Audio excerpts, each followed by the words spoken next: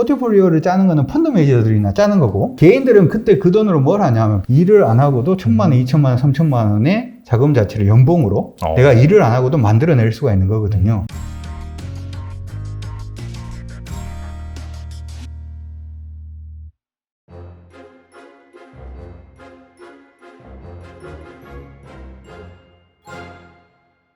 그리고 최근에 이제 2차 전지 중에서도 약간 리튬 가격 상승 관련해서 막 그런 주식들이 부각이 되고 그러다 보니까 폐배터리 관련주 약간 그 2차 전지에서 자원을 회수할 수 있는 그런 주식들이 좋은 흐름을 보고 있는데 혹시 이 중에서 뭐 주목하고 계시는 기업들이 있는지 궁금합니다. 폐배터리뿐만 아니라 네. 리사이클링 관련된 종목군들은 여러분들이 다 뭐 관심을 가지셔도 저는 나쁘지 않다 이렇게 생각은 합니다.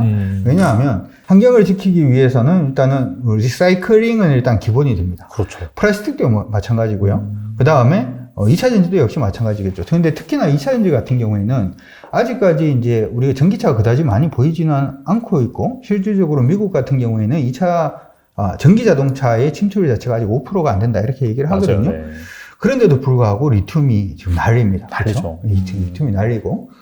그러면 당연히 기존에 쓰던 리튬 자체를 계속해서 이걸 갖다가 환원시켜서 순환 구조로, 리사이클링으로 가야지만 이 경제 자체가 유지가 된다는 점을 생각을 해본다면, 관련된 종목군들은 여러분들이 무조건 관심을 가지시고 보시는 것도 나쁠 것 같지는 않습니다. 알겠습니다. 그리고 지금 과도한 시장 하락으로 인해서 정말 싼 주식들이 널려 있거든요. 그래서 대표님께서 혹시 주목하시는 그런 주식이 무엇인지 궁금합니다. 답변 아시면서, 그죠? 네? 몰라요. 네, 답변 알죠. 저한테 보내주신 게 아니어가지고. 예전에 이제 그 얘기했어요. 예전에 이제 미국이 이제 금융위기가 탁 터졌을 때, 템플턴이라는 분께서 열심히 공부를 하시고 난 다음에 주식을 이제 하는데 어떻게 했냐 하면은 $10,000를 빌려서 $2 미만의 주식을 맞아요. 다 그냥 산 거예요. 맞아요. 아무 생각 없이 그냥 산 거죠. 그리고 난 다음에 그게 이제 대박이 났다. 뭐 이런 얘기가 아마 여러분들 다 아실 겁니다. 네. 어떤 종목이 관심을 갖는지는 사실 좀 중요하지 않다. 이런 얘기가 일단은 되는 거죠. 그렇죠? 네. 개인적으로는 어떻게 생각을 하냐 하면은 싼 종목이라고 하는 게 여러분들 구분을 조금 하시는 게 필요할 것 같아요. 요즘 이제 저 유튜브 보니까 지금 이거 사야 돼요, 저거 사야 돼요, 이런 얘기 굉장히 많은데, 네. 지금 뭐 사야 되는 시기가 아니에요. 지금은 어차피 겨울로 들어가는 시기이기 때문에 모두가 싸지는데, 중요한 것은 싸지고 난 다음에 누가 가장 먼저 올라올까가 중요하잖아요. 그렇죠. 원래 경제 이론이라고 보다는 일부 분들의 이론에 따라 보면은 경제가 처음 이제 반등하기 시작을 할 때 가장 좋아지는 부분이 금융부터 좋아진다라고 얘기를 합니다.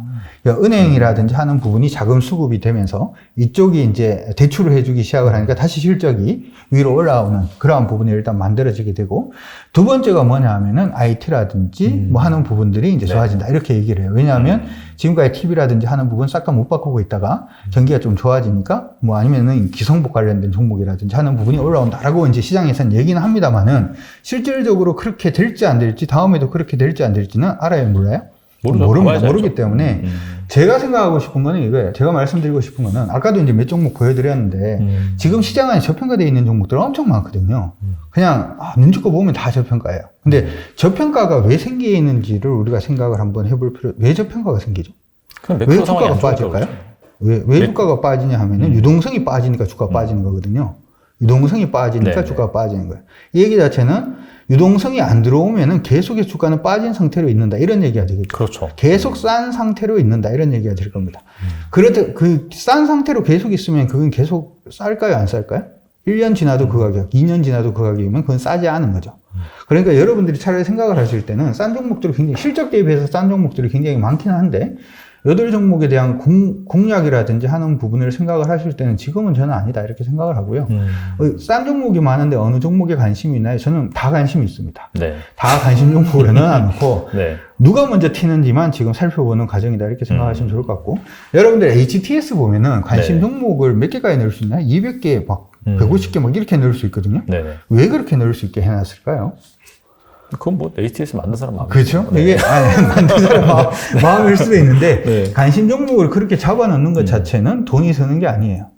근데 저는 걱정을 하는 게 뭐냐 하면, 지금이 주식이 싸다라고 해서 제가 요번에 책 쓰는 게 또 하나가 더 있어서 뭐 검색을 해봤거든요. 네네. 컨센서스, 뭐 삼성 컨센서스, 삼성전자 컨센서스 막 이렇게 해보니까 질문에 뭐가 있었냐면, 지금 삼성전자가 8만 원인데 지금 굉장히 싼 것처럼 보인다. 네. 2년 정도 가지고 가려고 그러는데 어떠냐 이러면서 이제 누가 그 네이버인가 거기다 누가 올리셨더라고요.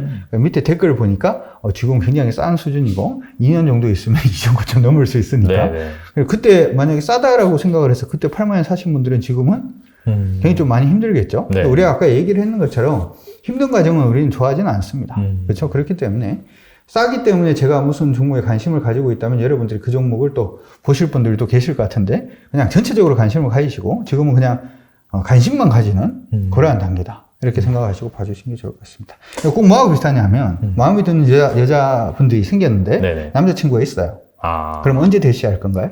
헤어진 다음에. 그렇죠. 계속해 쳐다보는 게 필요합니다. 그렇죠. 알겠습니다. 그렇다면 1억 있다면은 지금 현재 뭐 어떤 종목으로 포트폴리오 꾸리면 좋을까요?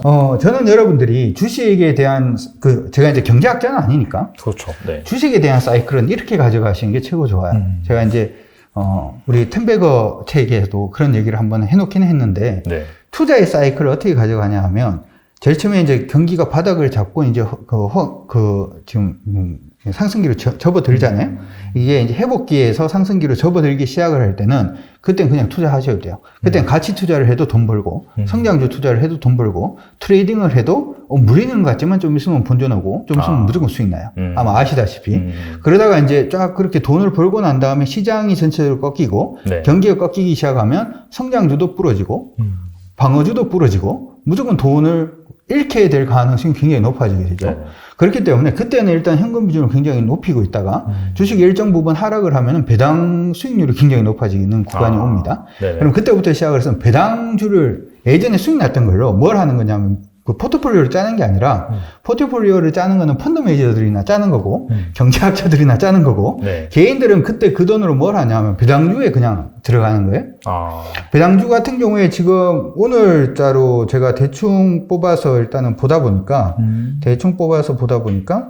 요거는 이제 그 시가 배당률만 보는 건 아닙니다만은 네. 작년 기준으로 봤을 때 효성 TNC라는 종목이 그냥 단순히 작년 기준으로 봤을 때는 지금 배당 수익률이 17%입니다.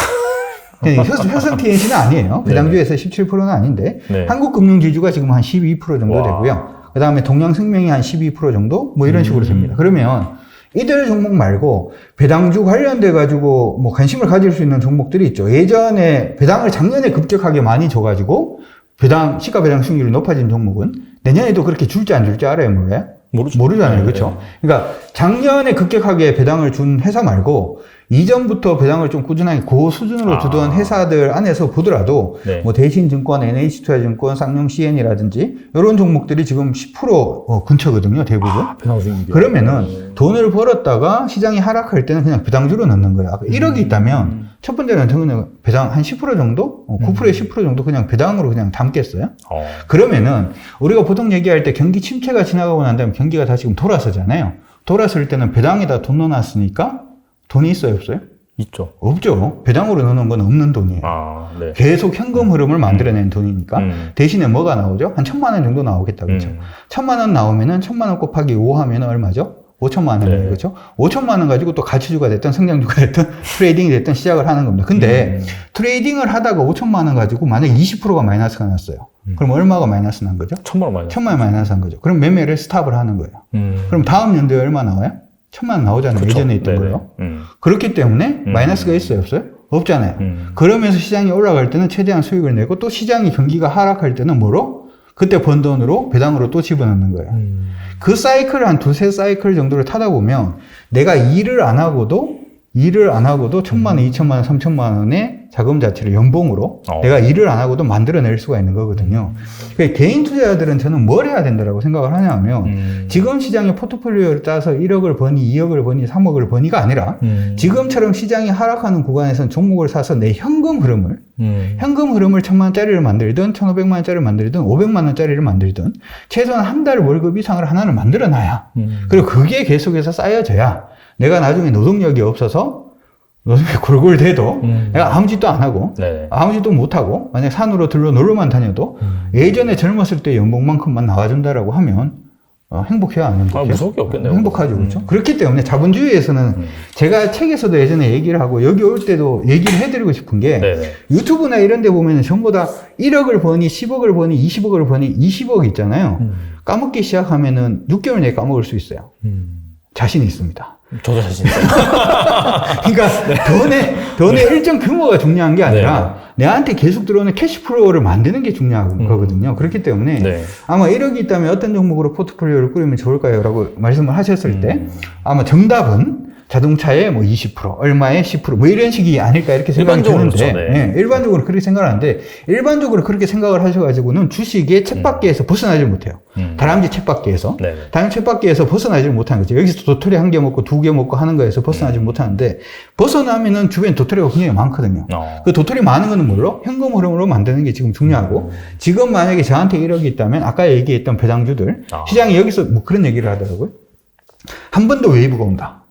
들어보셨죠? 한 번 더 크게 폭락이 온다. 지겹게 들었어요. 네, 막 이렇게 한 번 더 여기서 폭락이 온다. 폭락이 오면은 시가 배당률이 어떻게 돼요? 확 더 높아지겠죠. 네. 그렇죠? 그렇기 때문에 그때 안정적으로 배당 줄 수 있는 종목 같은 경우는 내 캐시플로우, 그러니까 이거는 수익률이 문제, 수익률로 보는 게 아니라 캐시플로우로 보는 거기 때문에 캐시플로우를 더 늘릴 수 있는 배당률에다가 여러분들이 하시는 게 바람직하고 그게 아니면 그냥 현찰을 들고 있는 게 MMF에 집어넣든 아니면은 뭐 은행 이자 요즘 세게 주는데 많을 거니까 그런 데다 집어넣든 그렇게 하시면서 기회가 왔을 때 하는 게 좋아요. 아까 이제 어떤 얘기를 할 때 정말 마음에 드는 이성이 있는데 남자친구가 있는 상황이에요.